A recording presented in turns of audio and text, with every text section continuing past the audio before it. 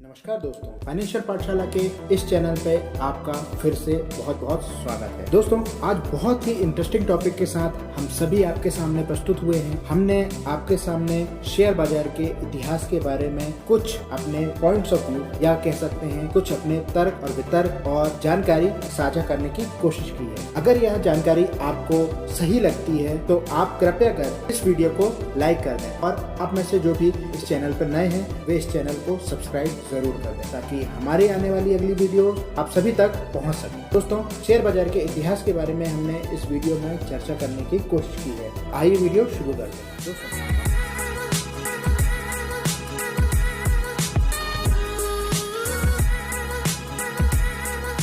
दोस्तों, बहुत से लोग इस बात से आश्चर्यचकित होंगे कि भारत में शेयर बाजार का 135 से अधिक वर्षों का इतिहास रहा है तथा भारत में मुंबई के फोर्ट इलाके में 1875 मतलब 1875 में हॉर्नीमॉन सर्कल में एक पेड़ के नीचे कुछ लोगों के बीच सौदा हुआ करता था तथा ऐसे सौदे में शामिल लोगों का एक अच्छा संगठन भी था एवं नियमों और शर्तों की रचना भी की गई थी। आमतौर पर यह मान्यता ज्यादा है कि शेयर बाजार एक जुआ है और इससे दूर रहने में ही भलाई है, परंतु दोस्तों ऐसा बिल्कुल भी नहीं। दोस्तों, नेटिव शेयर और स्टॉक ब्रोकर एसोसिएशन जो 318 सदस्यों के साथ शुरू हुआ था वह आगे चलकर बॉम्बे स्टॉक एक्सचेंज BSE बन गया तथा इस तरह आज के आधुनिक स्टॉक ट्रेडिंग के 143 वर्ष की परंपरा जारी है। इसी प्रकार से भारत में वर्तमान में संचालित 3 स्टॉक एक्सचेंज हैं, जिनमें बॉम्बे स्टॉक एक्सचेंज BSE एवं नेशनल स्टॉक एक्सचेंज प्रमुख है। तीसरा MCX स्टॉक एक्सचेंज को हाल ही में 2012 में अनुमति दी गई। हालांकि यह कमोडिटी स्टॉक एक्सचेंज है। इसके अलावा कई क्षेत्रीय स्टॉक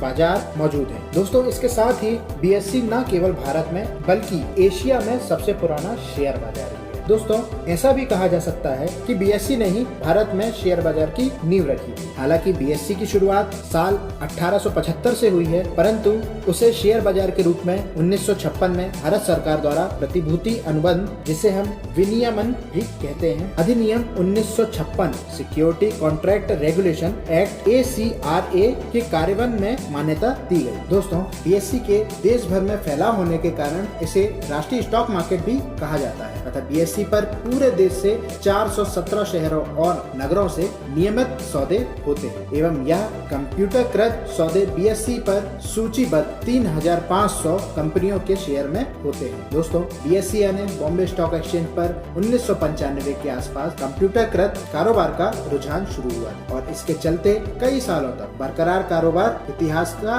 हिस्सा बन गई। यही नहीं, नए कंप्यूटर क्रांति से शेयर खरीदने व बेचने की प्रक्रिया पलक झपकते ही होने लगी तथा किसी भी समय कहीं भी बैठे घर पर या कार्यालय में ऑनलाइन बैठ करके भी कारोबार यानी खरीदी बिक्री कर सकते हैं। इसके अलावा मौजूदा डीमेट सिस्टम के लेन देन के चेहरे को पूरी तरह से बदल दिया गया है तथा डीमेट सिस्टम द्वारा शेयरों का व्यापार जितना संभव हो सके उतना तेज और सुविधाजनक तथा मुख्य रूप से पारदर्शिता के साथ अधिक से अधिक लोगों के सहभागिता से सुनिश्चित किया गया है। दोस्तों, BSE ने अपने स्वतंत्र ट्रेडिंग सिस्टम को विकसित किया है, जिसे बोल्ट यानी BSE online trading system BOLT के नाम से भी जाना जाता है। दोस्तों, यह तो रही BSE की बात। आगे आकर के हम NSE की बात करते हैं कि NSE की स्थापना कब और कैसे हुई। NSE का मतलब national stock exchange. National stock exchange नाम का एक राष्ट्रीय एक्सचेंज साल 1994 में अस्तित्व में आया एवं NSE की स्थापना प्रतिभूति अनुबंध अधिनियम 1956 securities contract regulation act SCRA के तहत की गई तथा BSE पर share, equity, derivative, stock, future and option और डेट साधनों के व्यापार की अनुमति थी। दोस्तों, यही नहीं, इसके विपरीत NSE पर इन व्यापारों के अलावा सूचकांक, फ्यूचर्स और ऑप्शन का कॉल और पुट ऑप्शन, साथ ही होलसेल डेट मार्केट में लेन देन की अनुमति भी दी गई, परंतु वर्तमान में यह सौदे BSE पर भी उपलब्ध हो चुके हैं। दोस्तों, NSE ने कम समय में नवीनता दिखाते हुए 100 साल से अधिक के इतिहास वाले BSE को पीछे ढकेल दिया है तथा दिन प्रतिदिन कारोबार के आधार पर NSE देश में सबसे बड़ा स्टॉक एक्सचेंज बन गया है एवं उसने उस स्थिति को अब तक बनाए रखा है तथा BSE की तुलना में 1500 से अधिक शहरों में NSE लेन देन शुरू हो चुके हैं और इस एक्सचेंज पर सूचीबद्ध कंपनियों के पूंजीकरण मूल्य में काफी वृद्धि होते दिखाई दे रही है तथा NSE एशिया में दूसरा सबसे बड़ा शेयर बाजार बन चुका है। दोस्तों, शेयर बाजार में शेयरों की कीमत में निरंतर उतार चढ़ाव से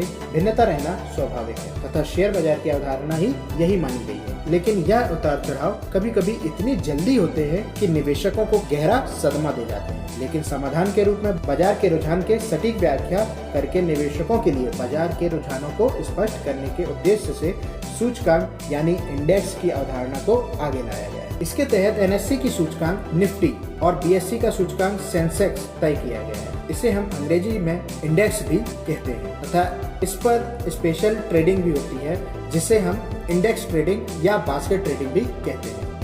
दोस्तों, प्रारंभ में ही 30 सहभागी कंपनियों के पूंजीकरण मूल्य यानी बेस कैपिटल के आधार के रूप में माना गया था। सेंसेक्स का सांख्यिक मूल्य 1000 रुपए से शुरू हुआ था तथा 1999 तक सेंसेक्स 5000 तक पहुंच गया। दोस्तों, 1991 से 2001 तक शेयर बाजार में काफी वृद्धि हुई और इसके साथ ही उथल पुथल प्रवृत्तियों में भी वृद्धि होती गई। सितंबर 2000 में सेंसेक्स ने 8000 को छुआ था तथा जनवरी 2001 तक फिर से यह 2500 तक गिरकर उड़ान भरना शुरू कर दिया तथा सेंसेक्स को पहले 5000 अंक तक जाने के लिए 10 साल लग गए और बाद में केवल 4 महीने में उसने 4500 गिरावट भी देख ली। इस हड़बड़ी से कईयों ने बहुत लाभ कमाया और कईयों ने अपना सब कुछ खो दिया और कईयों ने शेयर बाजार से हमेशा के लिए दूरी भी बना ली। दोस्तों, इसके साथ 2003 से 2007 में शेयर बाजार के लिए सबसे सुनहरा समय कहा गया। 5 साल की अवधि के दौरान सेंसेक्स में सालाना औसतन 50% की वृद्धि हुई तथा 3000 से सेंसेक्स मई 2007 तक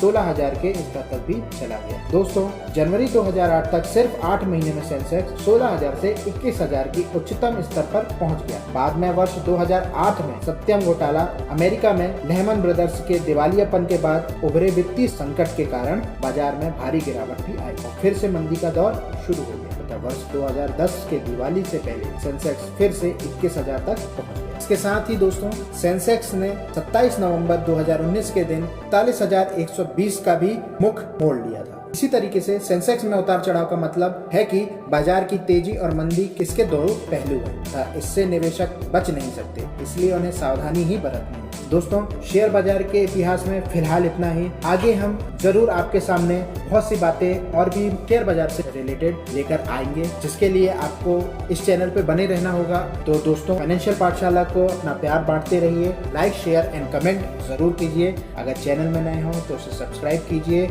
इससे हम लोगों को मोटिवेशन मिलता है और आपके लिए हमको ज्यादा काम करने की प्रेरणा भी मिलती है। इसी के साथ आपसे विदा लेना चाहूंगा। बहुत बहुत धन्यवाद। जय हिंद, जय भारत।